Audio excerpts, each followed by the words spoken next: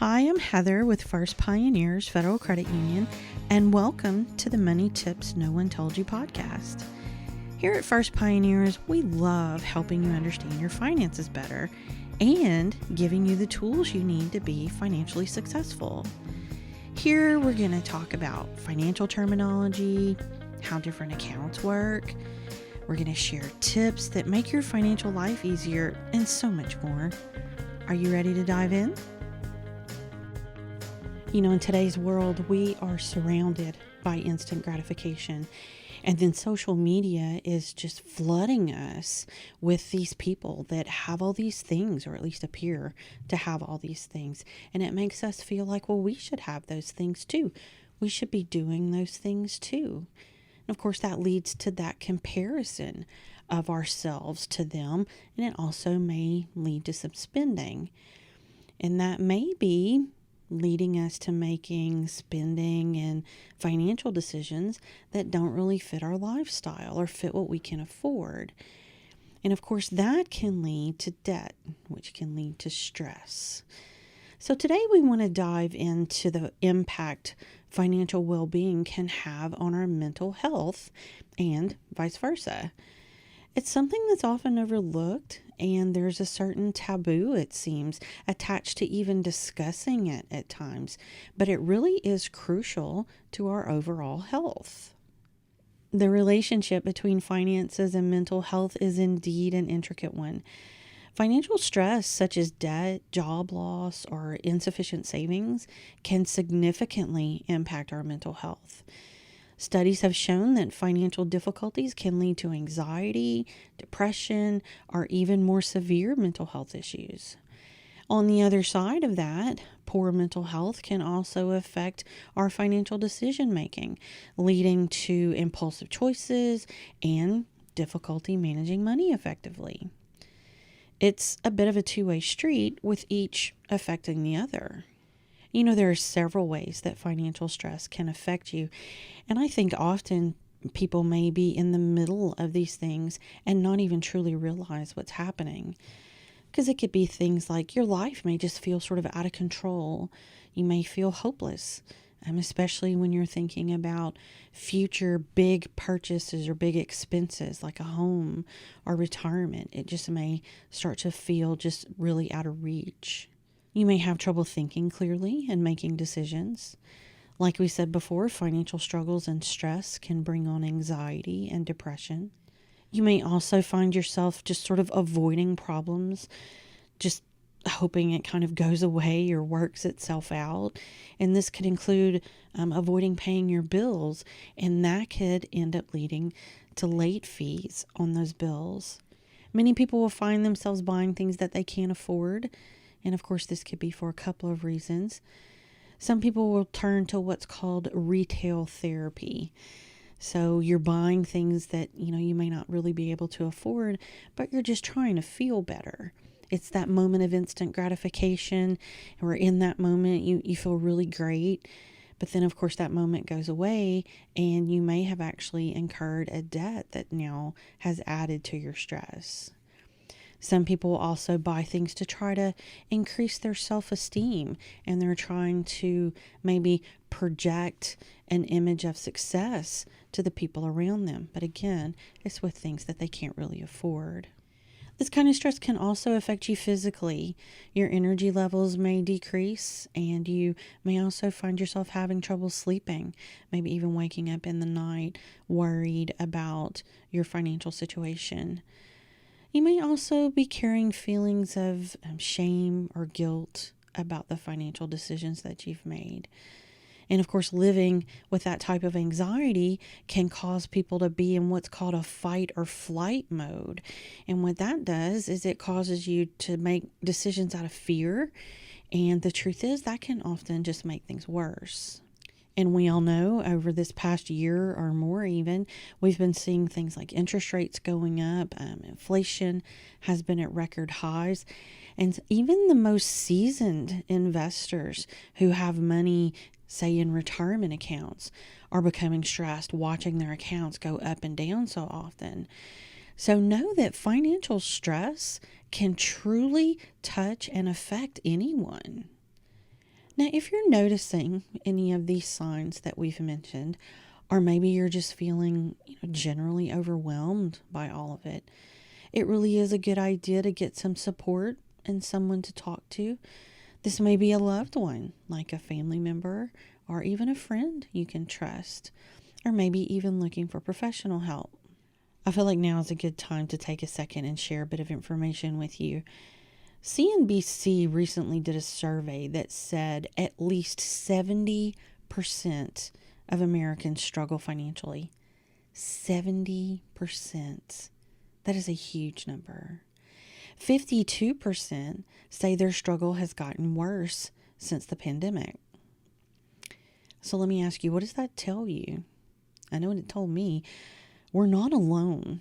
Financial struggles affect really almost everyone at some point in their lives. The good news is there are things you can do to help. We recommend that you address both the financial and mental health aspects because your goal here is a better overall well-being for yourself. So let's get into some practical tips that can help you. We'll start with the finances. First, create a budget and begin to track your expenses. What this does is give you a clear picture of where your money is going, and it helps you make better financial decisions. You can see where you need to make adjustments to maybe reduce your expenses. There may be things you can cut for a while, just while you get into a better financial situation. Maybe you can add them back later, or maybe you discover that, you know what, I really didn't need that. You can also see where you need to increase your income. So that budget becomes really important as a way to really get a good picture of your finances and again, where you can make those adjustments. Second, you want to work on reducing your debt.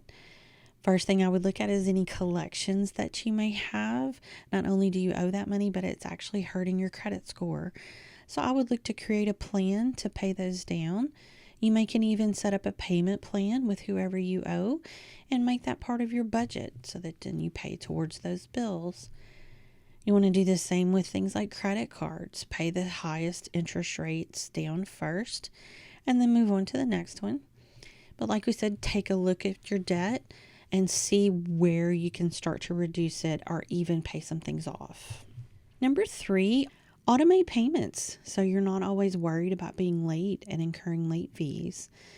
You can do that through your credit union or your bank. Most all of them offer some kind of bill pay option that you can use.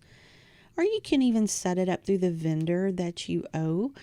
I have several of those set up that are actually direct drafts from that vendor, and I set them up directly on their website. So it's actually really easy to do.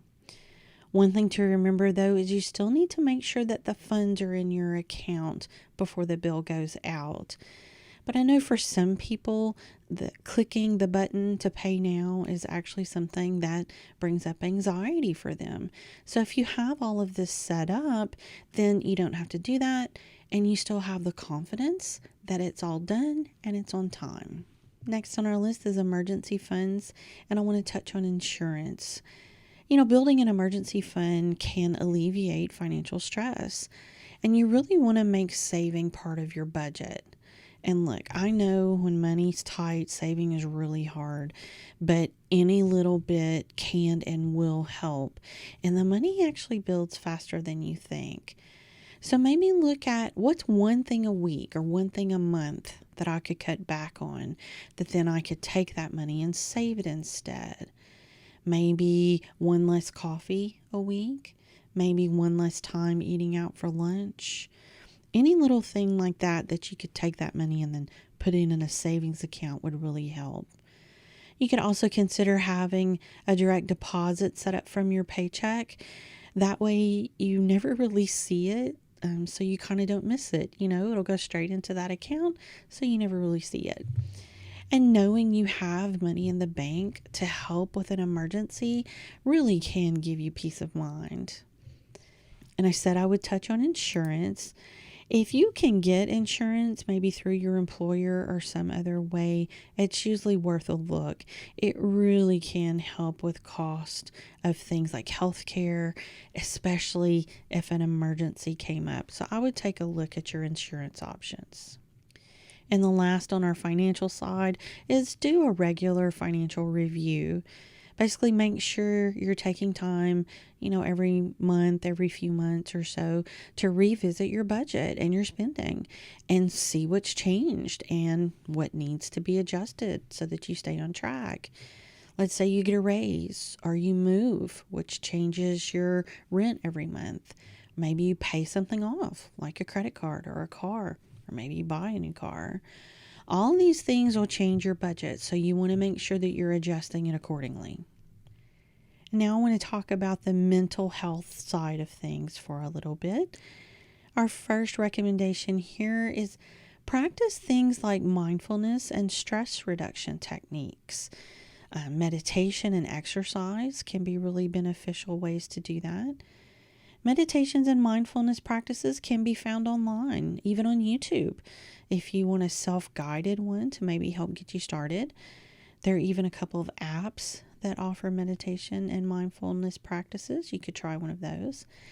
And I'm going to tell you this, if you've never done it, it may feel a little odd at first. I remember the first couple of times I did a meditation, I had to just sort of trust it and try to understand it and let myself relax and settle in and try it. And it was amazing, the benefits that I got. And the truth is, even just maybe 5 minutes can help you really settle your mind and help you feel better.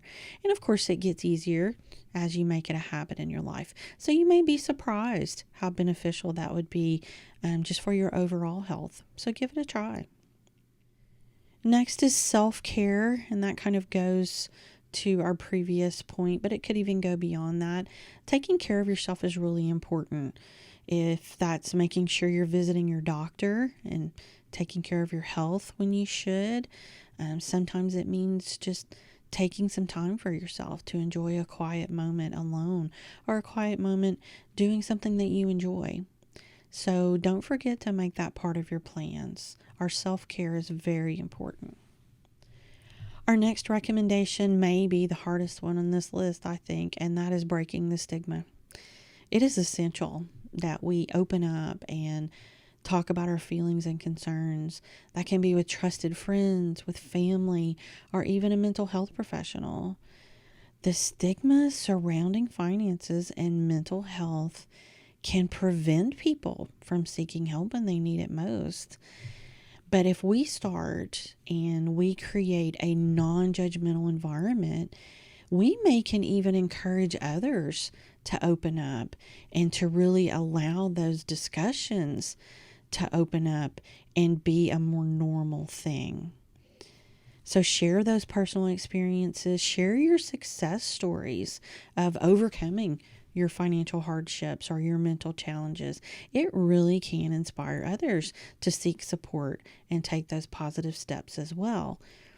Look, the truth is, many of us are in the same boat, and for some reason, we just don't want to talk about it. So like I said, sometimes if someone else just kind of goes first, so to speak, it can really open up those discussions. And most likely, it would end up helping multiple people. So don't be afraid to talk about it. And last on our list is financial literacy. It really is a powerful tool in enhancing your mental health. Because when you understand the basics of personal finance, you feel more in control of your money and you're less likely to make those impulsive decisions.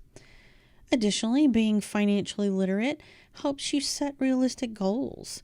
It helps you prioritize your spending and plan for your future with confidence. This sense of empowerment can significantly contribute to your mental well-being. We offer classes here at First Pioneers, and of course, this podcast, not to mention our social media channels.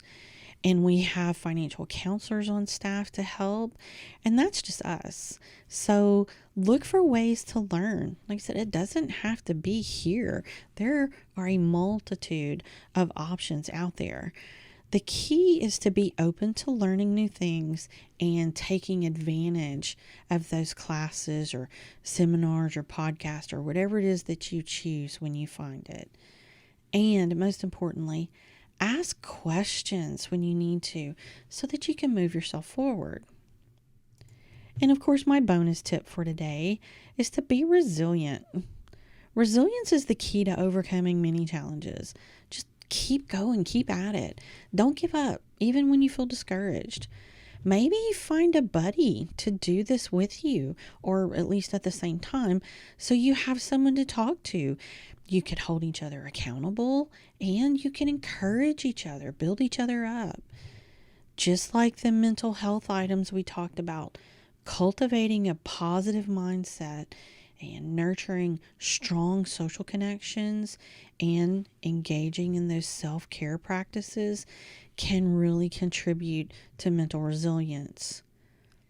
It is so very important to be patient with yourself. Realize this won't happen overnight.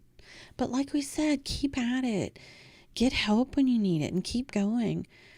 Resilience isn't about avoiding struggles. It's about bouncing back stronger. So remember, your financial and mental well-being are interconnected. And it is really important, and some would even say crucial, to prioritize both aspects of your life. So let's continue to break the stigmas and support each other on this journey towards a healthier and happier way of life.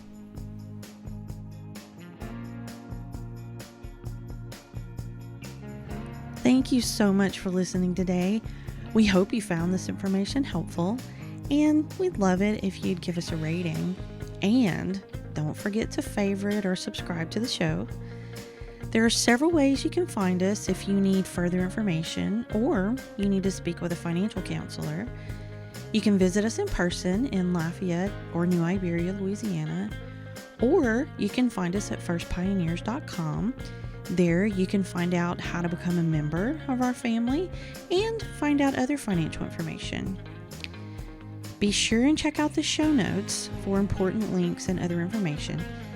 And as always, we're here to help in any way that we can. We hope you have a great day, and we'll see you next time.